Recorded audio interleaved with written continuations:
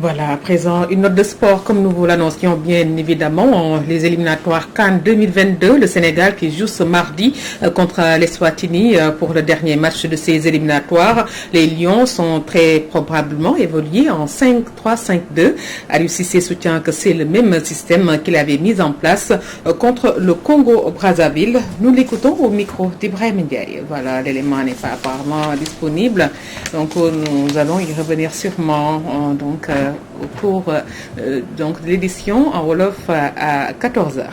Et tout de suite, le dernier virage de ce journal consacré à la revue de la presse, c'est signé Ramatoulaye Sarr. Bonjour à vous.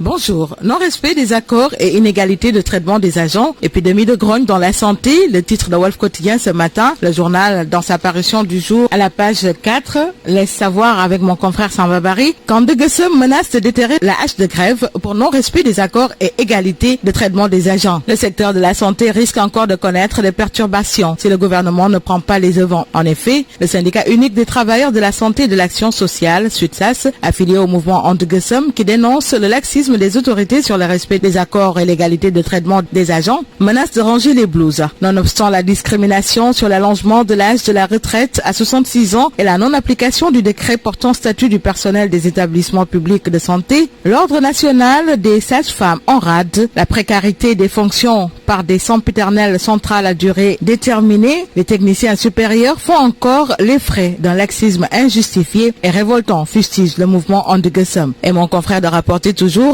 au même moment, les assistants infirmiers attendent une chimérique voie du salut pour le relèvement du nombre d'années d'études et le reclassement à la hiérarchie B4. La coupe est effectivement pleine d'amertume, de colère et surtout de déception dans le cœur du personnel dit paramédical dans le traitement de sa situation professionnelle, ses conditions de travail et particulièrement de son plan de carrière plombé par tant d'injustice et de négligence à la lisière du mépris et de l'abandon de la part des autorités administratives. Martel Mbalodia Cham et ses camarades dans un communiqué rendu public. Autre information relayée toujours dans Wolf Quotidien, il s'agit de la perte du mandat parlementaire de Déthié Fall. La polémique enfle chez les juristes, informe le journal. Ce qui nous pousse à parler politique avec Sud Quotidien cette fois-ci, report des locales sans consensus des acteurs quand Macky plombe entre guillemets le dialogue politique. Le journal annote, le pouvoir impose 2022, année de législative, opposition non alignée indexe un agenda secret. Société civile et experts électoraux quant à eux votent pour fin 2021. L'autre bombe à désamorcer, de rebondir las par rapport à ces désaccords sur la date des prochaines locales. En effet, le journal parle des germes d'une autre crise politique. Alors que nous passons à 24 heures pour toujours rester sur ces registres politiques, course à la présidentielle de 2024 cette fois-ci entre sanctions et émotions. Nouvelle démarche de Sonko relayée par enquête, reniement aux réalités politiques. En tout cas, tout le monde semble être le bienvenu dans la galaxie patriote. Jupiter Faye, coach en art oratoire, de faire savoir qu'au moment de la conquête du pouvoir, il faut faire preuve de pragmatisme. Pragmatisme ou pas, en tout cas, Hassan Diouf, dans l'exclusif, se rebiffe et cogne dur sur Sonko. Il fait savoir que Sonko n'est pas patriote et ne sera jamais président du Sénégal. Pour cause, explique-t-il, c'est un manipulateur qui ne pense qu'à lui-même. Guy Marius en prison, il se pavane dans les rues. Il dit solennellement que Sonko ne sera jamais président du Sénégal tant qu'il sera en vie et il s'y attellerait. Le mandat enchaîne avec toujours ces manifestations violentes au Sénégal pour titrer Arsène Mohammed vilipende de Sonko et Macky. Saccage Sonko Adji Sarr. Arsène Mohammed se lâche, rebondit Réumi Quotidien et dans ce quotidien-ci, le président de Arsène Mohammed met le tort sur le dos de Ousmane Sonko qui, dira-t-il, a un comportement qui ne l'honore pas. Bien au contraire, il devrait prendre exemple sur Guy Marius Sagna qui, dans son combat perpétuel pour le peuple, n'entraîne personne quand il s'agit de déférer à une convocation ou de se faire embastiller. Libération ouvre sur cette curiosité judiciaire, justement, Guy Marius Sagna, Guy, l'homme aux 3 libertés provisoires. L'activiste a été placé en garde à vue plus de 30 fois, des millions récoltés en quelques heures après le lancement d'une cagnotte pour lui acheter une voiture. Le quotidien revient. Comment freiner la prolifération des partis? Les Échos enchaînent. Remplacement de Issa Sall acté, les locales reportées vendredi. Une réunion hier du bureau de l'Assemblée nationale. Le huis clos levé, l'Assemblée ouverte à la presse. Moment choisi par Serigne Modou Kara pour tensir tout le monde dans Vox Populi après les violences de début de mars. Le religieux dixit, on doit tous avoir honte. Les quotidiens enchaînent avec Touba qui remercie et prie pour tous les Sénégalais après l'apaisement des tensions sociopolitiques. Passons à critique avec les députés démissionnaires ou démis de leur parti.